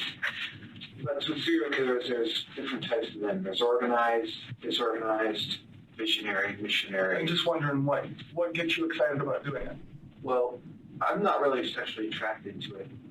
I was just asking. Brian's statement that he found no attraction to the concept of murder is doubtful, given his excitement at the chance to relive the killing by telling the officers every little detail of the crime. Still, the detectives are determined to figure out the why behind Brian's gruesome actions. So, I'm curious about the cutting him up, taking parts of him home. Have you ever thought about, so it sounds like you've had like Ted Bundy, sex type stuff. Ed Kemper just kill people because you want to kill somebody, plus the sex stuff. How about Jeffrey Dahmer? It wasn't really inspired by it. It was just more... I'm just trying to think of all the people like... These people can do it, so can I. Brian's claim that he's not inspired by serial killers is somewhat undermined by that last remark. The following part of the video is redacted, but we know from the transcript that Brian tells the detectives that his nickname in high school was Jeffrey Dahmer. What? How do you even get that nickname? Is like, did he give himself that nickname, or did people just like bully him and just start calling him that? That's crazy. He says he had a reputation that he would become a serial killer. When we would do different group activities, sometimes we would have like different personas or whatever. And he'd be like, I'll be Jeffrey. I'm like, no, you're not. I do remember that specifically. He was very obsessed with Jeffrey Dahmer. And is it Dylan Klebold, the Columbine shooter? Was... There was so many signs that so many people seen, and they just ignored it all. obsessed with him. I remember actually talking to my mom and saying, take this name to your prayer group. And I remember talking to another teacher and saying, if any kid's going to shoot at Fruit of Monument, it's this kid. In an interview, Brian's high school friend Patrick Rahora recalls a Halloween party they both attended. Do you remember a costume that he wore? Yeah, he wore a Jeffrey Dahmer costume. Okay. And I heard he was Mike Myers one year. Was that, he was actually Jeffrey Dahmer? Does that? I might have been mixing up the years because we had a couple of Christmas parties, Halloween parties. But yeah, I think he like dressed up as a serial killer a couple times. When he was, I guess, Jeffrey Dahmer, how did that look? I guess how did his costume look? I mean, it was like jeans, a plaid shirt, and like big glasses, which honestly was like not too entirely different from what he normally wore. His obsession with crime, serial killers, and all things morbid it's not that was different. Something that his parents had Buddy noticed already too. looks like him. A lot of perseveration on crime and crime scenes. And so he was talking about going into the military in the fall, and when he gets out, having your job. And so I had purchased online a crime scene investigation book for him. You know, it's like ones that you probably read it when you first started out in college. And so I gave that to him, and I was like, so here, Brian, let's channel that curiosity into something positive that you can affect a good change in the world. And he's like, yeah, that's my plan, Mom. I'm not going to say always had a fascination. I'm going to say in the last few years. And is it like shows that he watches, or like tries to do things just to create a scene, you know what I mean? Like, whether it's like animal stuff or nothing. No, like he loves our dogs. He's very affectionate with our animals. And, he would watch, like just last week, he watched Silence of the Lambs. But I was like, well, he's 19, what we probably all watched it. I watched it. It doesn't make me a serial killer, Right. And he watched The Zodiac Killer over the summer a couple of times. Brian's affinity for Jeffrey Dahmer wasn't the only warning sign observed by his teachers. Like the first week of school, we had a meeting with all of his teachers and his case manager, expressing the concerns that they had with him and also explaining some of his behavioral issues. Did anybody express that they had concerns he could be a serious safety issue or anything like that? Yes, I believe so. We were to keep a very close eye on him, and it's certainly very apparent early on that he was a very troubled person. In the 2019 school year, one of Brian's teachers found a notebook filled with a number of disturbing elements. So I remember I don't even remember who found, there was like a notebook, I don't know if it was part of a notebook check, my student teacher, another student, or somehow it got brought. We had a meeting with Officer Beaumont. This guy was obsessed with serial killers. Dude had a whole notebook inspired by all of this information. Administration out at Fruita, just because it had some obviously concerning stuff talking about like serial killer statistics and stuff. Like he seemed to be kind of enamored with that. So that was kind of when they asked us, did we think he was like a threat to us or other students? And me and my student teacher didn't feel like he was going to do any harm to anyone on the school. So famous serial killers, some information about kill counts and just stuff like that. Okay. Like that's not entirely normal. The disturbing contents of the book discussed by Brian's teacher far exceed his initial portrayal. Within its pages lie numerous troubling entries detailing Brian's fixation on serial killers and other disturbing topics. Among these, Brian has devised his own cryptic code or alphabet. Furthermore, Brian's brief profiles of his favorite killers paint a grim picture of his unhealthy obsession with destruction and depravity. Additionally, he outlined plans for taking lives and holding strong opinions about his own purpose and actions. The book was also filled with quotes about his beliefs in neutral evil. One such quote read, "A neutral evil villain does whatever she can to get away with. She's out for herself, pure and simple. She sheds no tears for those she kills, whether for profit, sports, or convenience." This is far from the only warning sign that emerged during his time at school. In December of 2018, Brian was arrested on assault charges when he hit another student with a homemade mace. When I had kids give speeches, I always told them to do an attention getter. And so it was the day of his speech, and he wanted to go first. And he pulled out this Indiana Jones like whip that he fashioned out of masking tape. So to start the speech, he kept hitting the podium. Of course, everyone looked, and then he gave his speech. Then later that day, he ended up beating or whipping one of our side-by-side developmentally disabled students at the bus stop. In early 2000, This man beat a disabled student with a whip he fashioned out of tape. Why was he still in school after that? 19, he was suspended after intentionally causing a student with PTSD to suffer a panic attack. In a subsequent meeting, school administrators conclude that Brian has a high potential for violence and presents a high risk for the school. However, despite being apprehended for his behavior and his several run-ins with the management at school, Brian's mother, Terry Cohey, has a strikingly different opinion about the incidents. When you talked about the school stuff and having lots of issues, what were the issues that they were having that made other kiddos not feel safe? He would make jokes that were not appropriate. He got suspended a few times, like for behavior that wasn't acceptable. Like this one girl that he knows very well, he knows that she has a lot of issues and that loud noises frighten her. And so, one of his school suspensions was when he came up to her in the hallway and clapped really loud next to her, knowing that it would put her in a panic. And she cried, and we were like, yep, no, you knew that would upset her, and you did it anyway. And he got suspended for weapons, but there was another boy who brought in nunchucks to school on the school bus. And Brian was like, wow, cool. And I think this was in 11th grade. And so Brian was like, I think Brian had given out some candy to some kids on the bus. And so Brian was like, can I check those out? He's like, I'll bring you in so I could give you some candy. So Brian gave the kid candy, and the next day the kid comes on the bus with two sets of nunchucks. One are glass, and the other one, I guess they're like rubber. I don't know. I never actually saw them. He's like, I know I can't take the glass ones because I'd be in trouble for that. So he took the rubber ones and he put them in his backpack. I don't know if it was in his backpack or in his jacket. There was some differentiating stories. So the teacher saw them and they said, what's that, Brian? And he was like, nothing, And so Bob Omar, he was like, we have a prohibited weapon on school grounds. And I'm like, okay, well, what about the other kid that brought them in? And they said, that kid doesn't have the behavior issues that Brian has. And I'm like, oh, so you're punishing Brian because he has behavior issues. I see.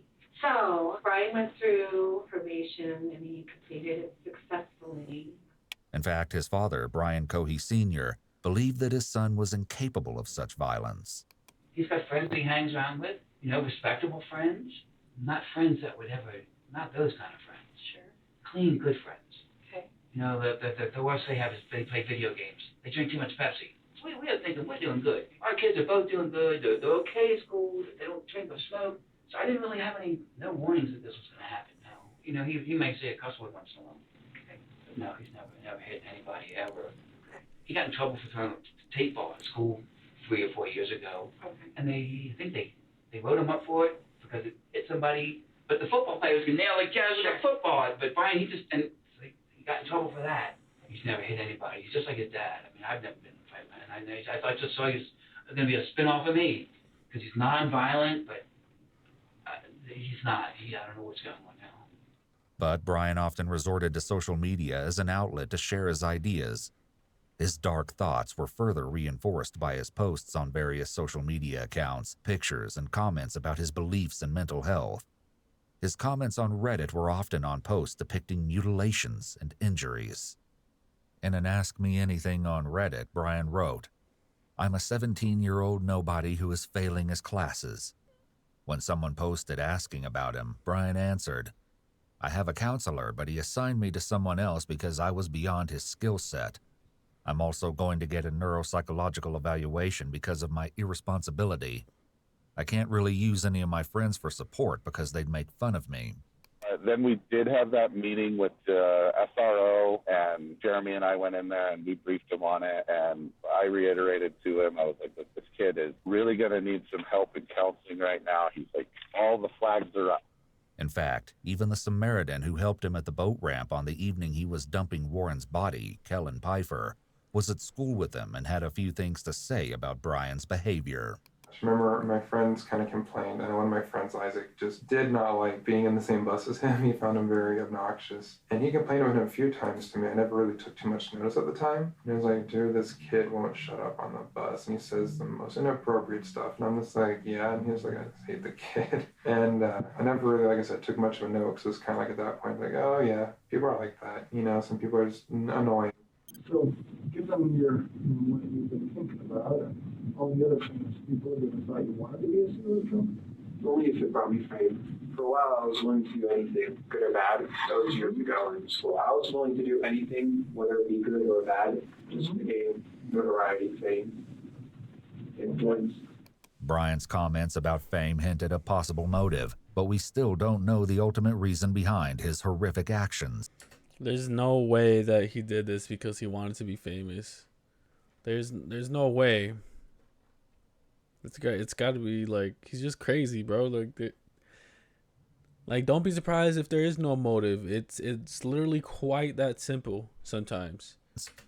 In the hopes of drawing that reason out of him, detectives now take him one more time through the story of the gruesome killing. And this time, we get details that are even more monstrous than what we've learned thus far. Did he see you? No, he was not woken up until I pulled the sheets back. I know this is going to be really fast. You pulled the sheets back. And before you stabbed him, did he see you? No. And I pulled the sheets back, I get on him, like a knee, and then stab him, and he wakes up. He's, what are you doing? What are you doing? Yeah. And I think you stabbed him anywhere besides that. I know you said the neck a lot of times. How many times do you think? Did you count him? No. I was going until he stopped. Okay, how many? Just your best idea how many times? 30 or 40. Okay. You said the neck. Besides cutting his arms off. Well, actually, it was a general assault. I was mainly targeting his neck because that's the most vulnerable area. I was stabbing his head, anywhere in that general area. I stabbed his head multiple times. How about his chest, his stomach? His chest, I stabbed once through the ribs. Which hand were you using? Right hand. It was his right ribs, and I just went. I sliced open his belly, carved up his leg. Not like I made several slices at his leg. Why did you do that? I was just doing everything I thought of. This sick guy, man, like he was literally just experimenting because he was so curious. The moment. It's just then, sickening. I cut off his head. I gave him a Glasgow smile. A Joker smile. No, he met. Why were you doing that? I suppose it was a frenzy. I was so excited, so rushed up on adrenaline every day. And I paused, and he said, "Why are you doing this?" And I said, "I've been wanting to do this for a long time." Brian has used very little vulgar language up to this point in the conversation. Between that and the exactness of his quote, it's easy to believe that this is an accurate recollection. So let's talk about before you were sure he was dead. Where else did you stab him before he was dead? Nowhere but the head and neck. Okay. When did you stab him in the chest? After he perished. Okay, and how did you know he perished? He let out a final gasp. Okay. And he wasn't fighting later on. He was losing too much energy, blood loss. Okay. And he just finally gasped, and I needed to make sure peace of mind, so I decapitated him, partially as for the hell of it. So let's try to go step by step. You said you stabbed him in the neck and the head while he was alive. Yes, I paused. We had a conversation where he said, "Why are you doing this?" And I said, "I felt like doing this for a long time." I continued. He died, deceased, whatever you want to call it. And then I stabbed his ribs, opened up his belly, sliced his leg multiple times. Okay. Derobed him, and then decapitated him, removed his hands, his joints. Did you derobe him before or after you opened his belly? After I opened his belly. So you cut through his clothes to open? No, I lifted up his shirt and just... Okay. Which way did you go? Like a deer this way or like this way? No, this way across his belly. Okay. If what Brian has admitted to so far has not put a sick feeling in your stomach, the gory details to come will surely do so. To come? What are you talking about? We got like 10 minutes left. Did you see his heart or anything? No, he was very thin. I thought about taking out. What all do you think he saw in his What do I think? What do I Internally, what did you see? I saw his liver, his large and small intestine, and that's it. Some of it was yellow. I was thinking about taking out his heart. I was thinking about crushing the ribs and disemboweling him entirely. Okay. Did you disembowel him at all, or just cut him open? I cut him open, but his organs spilled out by themselves when I was dumping him. Anything else? Did you take anything besides his head, like anything internally? No. And how did you know it was his liver? I mean, you ever go hunting, or how do you know it's somebody's liver when you open them up? It's dark, purple, brownish. Okay. It's large up here. I just knew it was liver. I've taken anatomy and physiology, so I knew it was his That liver. makes sense. I was just curious if you've ever seen one before, or you're just guessing, or how you know? I've seen some. These nauseating details are quickly... Can you imagine like just having a conversation with someone that's just so casually telling you about how they unalived somebody? Followed by another shocking piece of information about the night in question. Did you take any pictures that night? Yes, but I deleted them entirely. Where did you take pictures? After I killed him, I took a picture of him, his hands, but I deleted all those because those are evidence. Okay. I don't know if you can find them, but When you say you deleted them entirely, that's an interesting statement. What do you mean by that? I removed them from my phone, deleted the pictures. Okay. With some assistance from the U.S. Secret Service, investigators are able to extract the deleted photos from Brian's phone. Nonetheless, Brian's care in deleting the pictures once again show that he was highly interested in covering his tracks, showing us everything we need to know about his state of mind in the wake of this awful murder. Did you tell anybody about what you did before today? No, I haven't told anyone that I committed murder. Yet that very morning, Brian texted his friend Kylan Lxght, asking if he can come over to talk. Once at the house, Brian concocted a story that Kylan's husband, James Bailey, thought was ridiculous. What I remember, he came over, he was acting super weird, and he was like, I gotta tell you guys something. I think the police are trying to frame me for a murder. I found a body, I was like messing with it, and I got my car stuck in the river, and I had wiped blood that I had on my hand onto the car, and the tow truck guy saw it, and like, I think that they're gonna try to frame me. I thought that, like I said, at most he had found one and was just trying to be edgy because he found one or something like that, or even to the point where he could have just been making it all up just because, again, I didn't know him personally. I was planning to maybe keep a finger. You haven't got that far yet. No. Line finger. That's small, not that much space. It won't smell that much. Makes sense. Easy to keep. Brian has provided the detectives with everything they could possibly want to know about the murder. He's detailed the killing not once, but twice, and he's even revealed stomach-churning details about the disposal of the body. The one question that remains, however, is an enormous one. Why? And Brian's reason why is perhaps the most twisted aspect of all. You know, Brian, I have to ask, a lot of people that we have talked with, They're silent.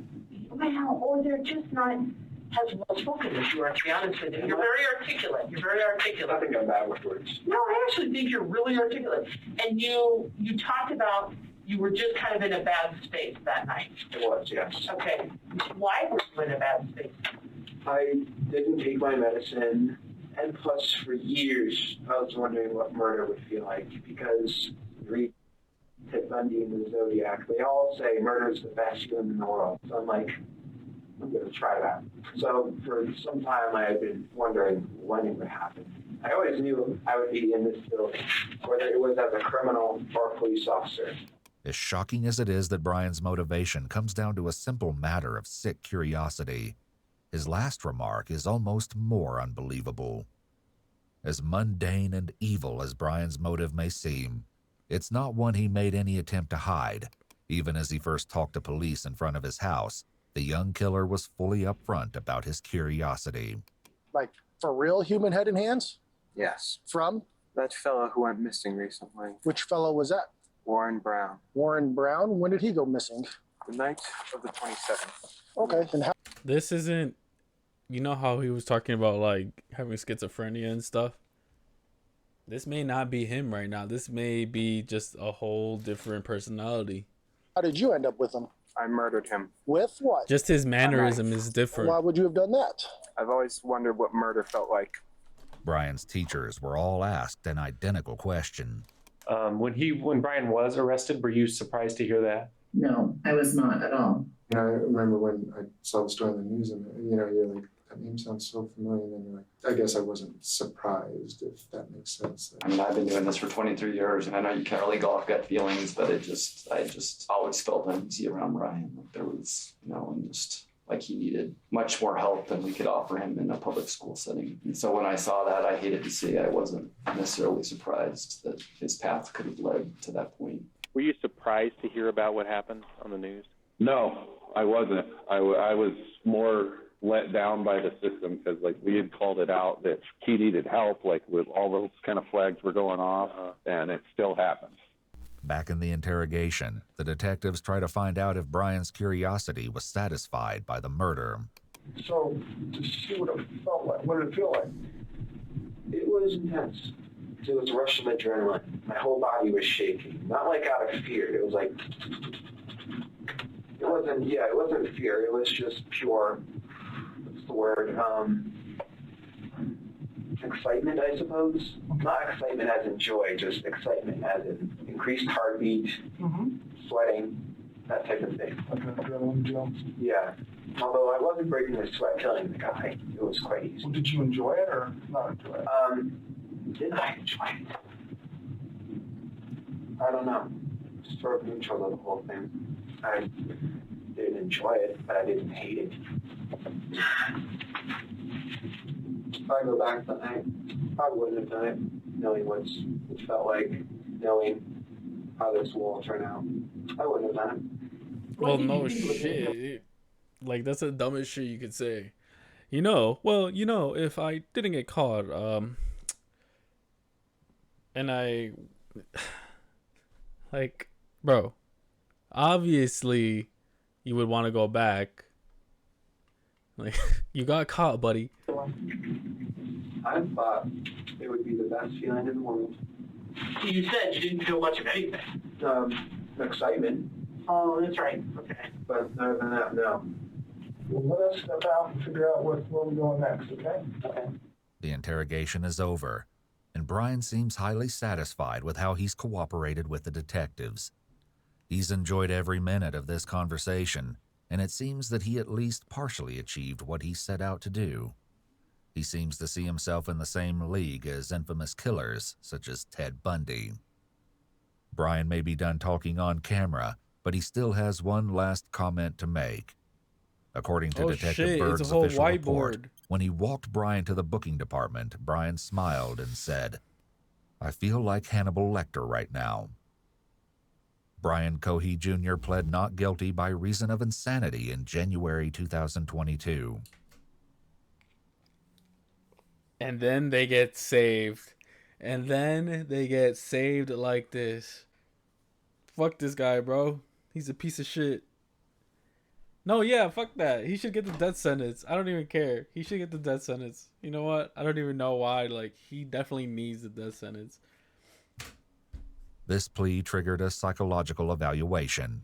Noting the matter-of-fact way he presented the details of the murder, the doctors asked him how he felt about the killing in retrospect. Brian said, quote, "Yeah, it's just kind of a thing that happened. It sucks, but it happened." When asked what about it sucks, Brian mentioned that he was now locked up, couldn't see his friends, and emphasized that he really missed video games and the internet. He did not, however, express any remorse for the victim. So I don't know what's going to happen now. I don't know how we got to get some kind of advice or find out what to do. Or if she has her own business here, and I have my own business, and I carry the same man's name as my son. Right. And now it's going to be all over the paper. Brian Cody killed somebody. Right now we can't do anything. Well, we can't go anywhere. I'm not working anymore. She can't have any more kids anymore. Everything's over. It's all done now. It's over. Our lives are totally over. A jury ultimately rejected the insanity defense and found Brian Cohey Jr. guilty on 1 count of evidence tampering, 2 counts of tampering with a deceased human body, and 1 count of murder in the first degree. Because, Murray going to jail for 15 years probably. Contrary to Brian's estimations, He was sentenced to life in prison without the possibility of parole. He's currently serving out his sentence at Buena Vista Correctional Complex in Colorado Springs. Monique Lanati reflected on how she would want her friend to be remembered. If I had to say one word about Warren, he was amazing. A permanent metal art memorial was installed next to Monique's bridal downtown, carefully crafted to reflect Warren Barnes' favorite pastime, reading books. Yo, rest in peace, man. Rest in peace, Warren Barnes. The only reason I took that back earlier was because I don't know what I'm allowed to say, but this man definitely deserves the death sentence. No doubt about it. He's a sick individual. God damn. These JCS videos, like, they just go so into depth into the minds of these peoples, and it's just like so messed up.